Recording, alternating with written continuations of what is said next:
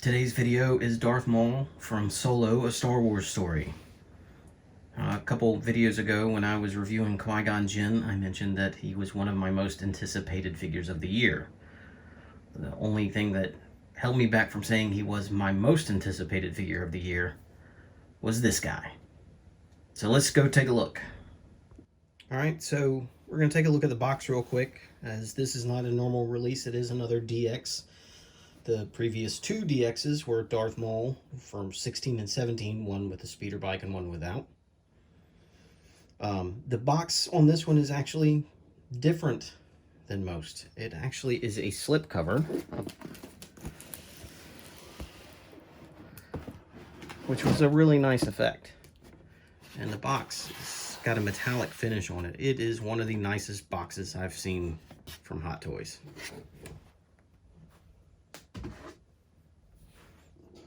Okay, first thing you'll notice is it's got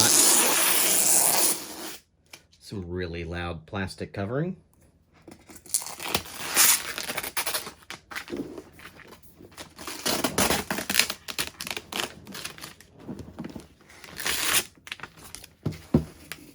And a nice Crimson Dawn keychain.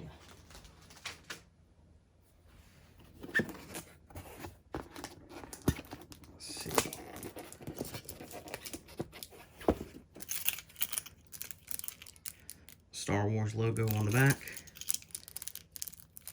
Plastic with it printed on. It's pretty sturdy. Standard clip. You've got your foam backed insert piece that covers the figure.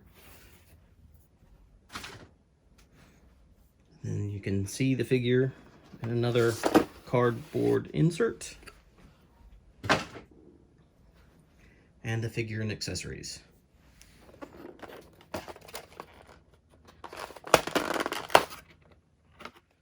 Okay, we've got the Darth Maul hologram, which is how we actually saw him in the film. The head is painted a little heavier, the legs as well, than the rest of them. The base is solid, so it's not going to have a light up through it like some of the other hologram pieces that they've had.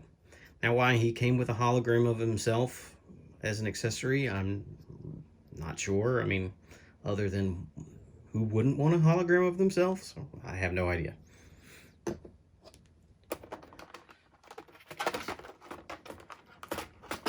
They have the hologram of Kira, or as I like to call her, Space Khaleesi.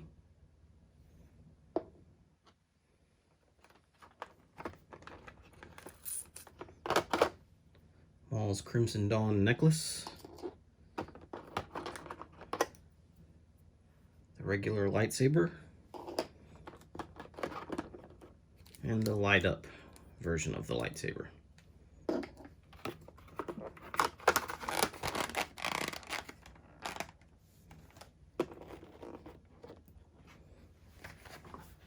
Alright, to get to the rest of the accessories, you have to remove the foam padding that holds the figure. So let's get that and set it to the side.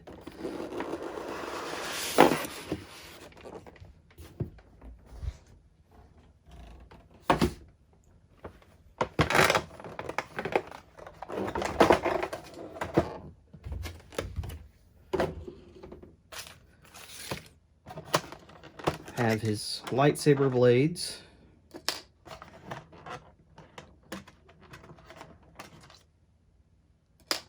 The in-motion blades.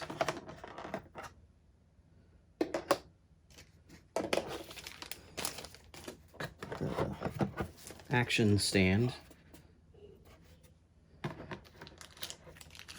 With the flexible arm for posing.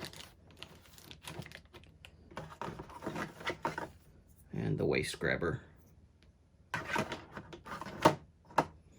We have this accessory, which is something we'll get into in a little bit when we take a look at the figure itself. Extra wrist pegs, batteries for the light up saber, and his throne.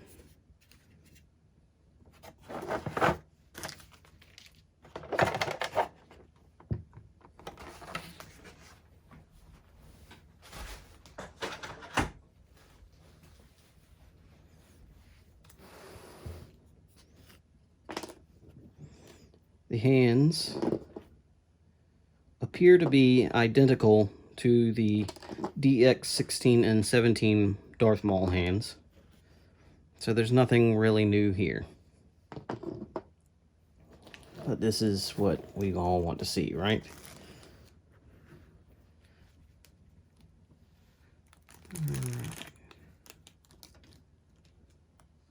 And here we go.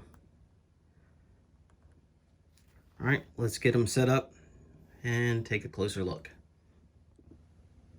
So something that I noticed and wanted to show real quick before I forget about it is once you take the plastic wrap off the arms, he also has some plastic wrap in between the hand and the gauntlet and probably around the peg into the arm. But the other thing is, I mentioned that he had hands that were similar to the DX16 and 17, and these hands actually appear to be different. So you do get 2 new hands. All right, let's take a look at Maul. We've got him standing here. The material is very reminiscent of the cape material for The Last Jedi's Kylo Ren. I know that some people were confused and thought it was like a pleather, and it's not really. It's got a kind of a rubbery feel to it, but it does not feel like pleather. The belt, on the other hand, is definitely a pleather-like material. This is not. It is a very soft fabric, but this is definitely pleather, and it's probably something that you'll want to watch out for. The ribbing area is the same material as the sash on the belt. You got your wired hood, a piece that hangs down. I don't know if you would call that a cape. It is not wired. The draping parts from his waist are also wired. This has the wire running through it as well. And he has pants. Now, seeing as we last saw him falling in 2 pieces down a long shaft, and now has the mechanical lower half, I'm not sure why one feels the need to wear pants. I don't know if it is screen accurate. There's some reference material that was released by Lucasfilm about the time of the Blu-ray release last year, and I'll throw those images up now. But it doesn't really show any pants, and there's nothing that allows you to see whether you actually was wearing pants or not. So the fact that Hot Toys put it on, it could be either to cover up the legs that are normal underneath, and the waist and groin area that is normal underneath, as a cost-saving move, seeing as you did not see anything past that point, or he actually was wearing pants. I'm just not sure. So we'll just go with he was wearing pants. All right, so I know one of the features that is intriguing to a lot of people are going to be the legs. So let's take a look. There is a ton of detail in the legs, and there's also a lot of movement. You've got a typical ball joint down here that allows a nice range of motion. The wires are soft so they don't hinder it at all. You got articulation in the toe area, and it is very stiff. Actually, all of it is pretty stiff, so I don't think you're going to have a problem getting some extreme poses and staying that way. Knees are also nice and stiff, and you've got a pivot there. Now, like many of the other Hot Toys figures, he has what they call a fat suit on at least the leg area of the figure. And I'm not really sure why, but it is making the legs that are coming up for a sitting position a little stiffer. And that's going to take a little bit of work to get them to sit the way I want on the throne. Alright, so we're going to take a look at the head. Like the last Darth Maul, it has a magnetic neck and head socket. This one being a little different because it doesn't have the same body type that the last one has. It has a plug that goes in the top with the magnet in it. I mentioned earlier we would come back to this, and if you are familiar with the first Darth Maul or some of the DX Batman figures, it is for the eyeballs. Put that end in there, and move that eye.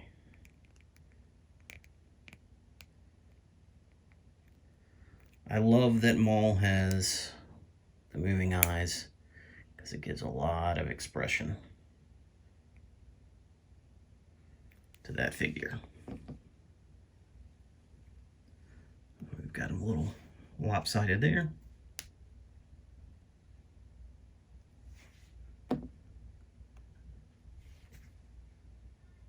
Love the feature.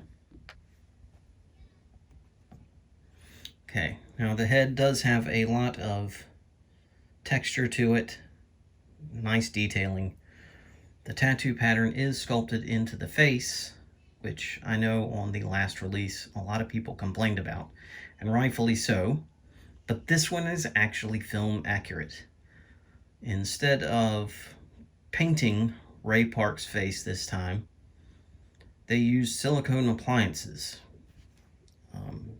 probably to give the scarring effect from him hitting his head on the way down the aforementioned shaft.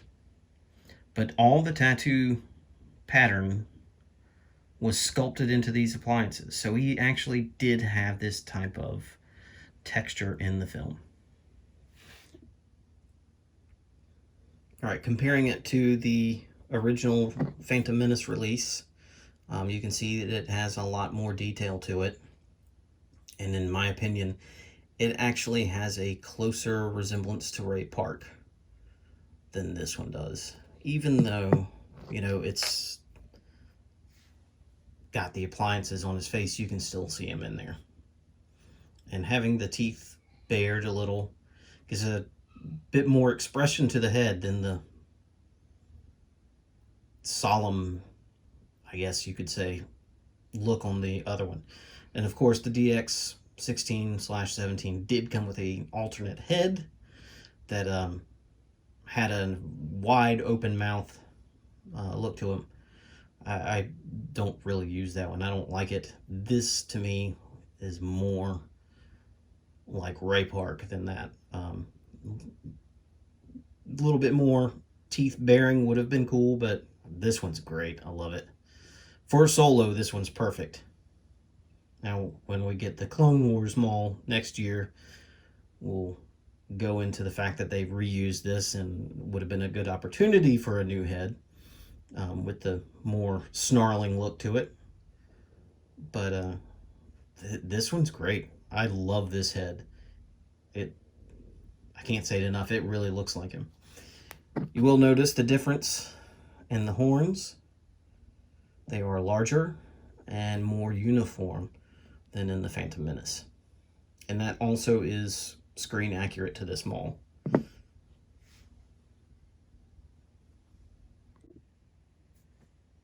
So something else with this one we'll take a look at real quick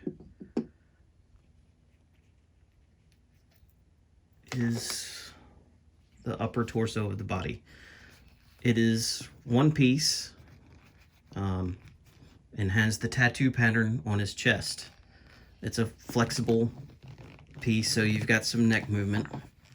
Most of your movement is going to come from here.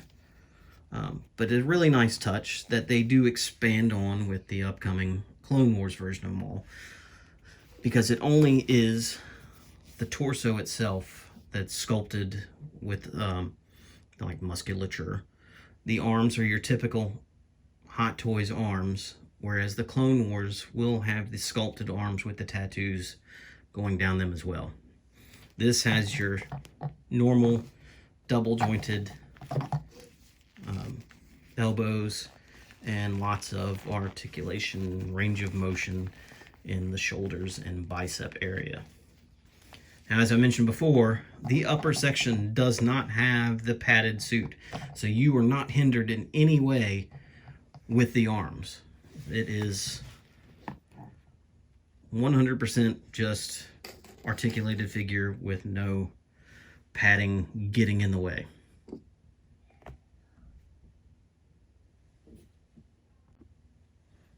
Since the majority of the hands are the same as the previous release, I'm not going to get into showing you those or switching them out. But also, like the previous release, you do have the little pleather piece that wraps over the ball joint there, which a lot of people did not care for as it got in the way. And if you removed it on the 16/17, you're going to want to remove it here too.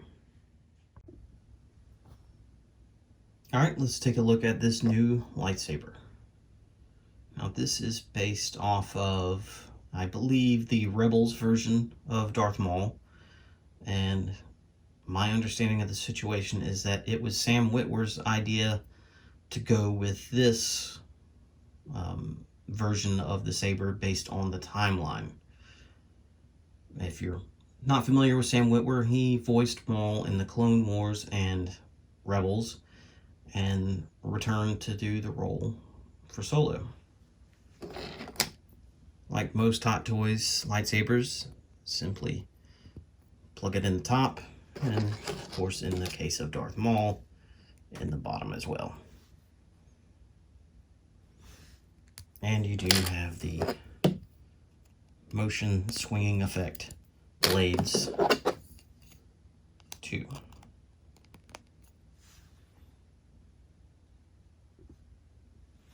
Alright, so the Up Saber Arm, I have not installed the batteries, and honestly, I probably won't.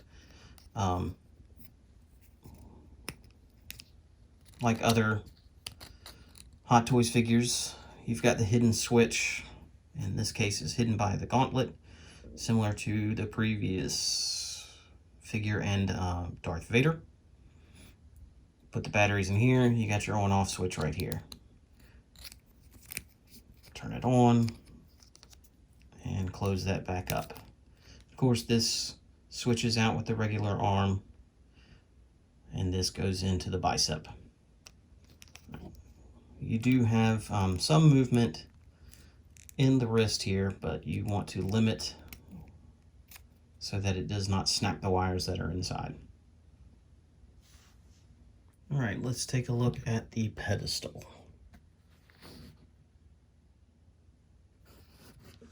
The cushion is molded, lots of detail in the sculpt. You've got seam lines, which is just crazy there.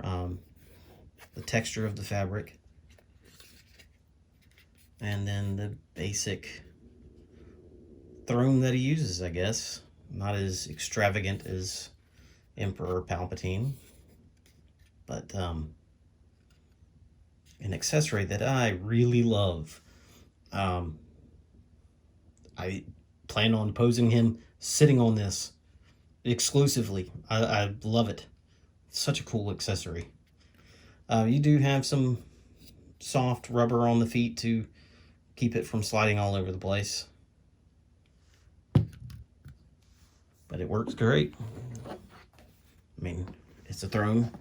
Doesn't have to do much. But he sits on it, and that's what I want.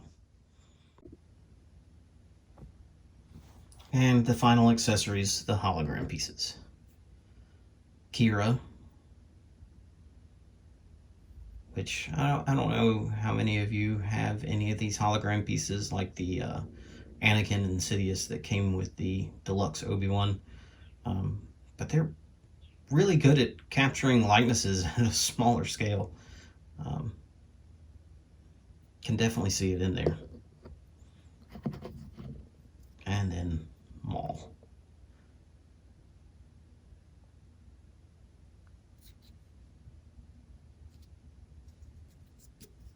But the basic hologram pieces.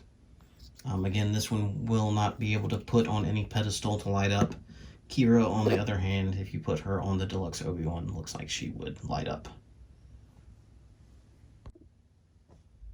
Alright, there we have it.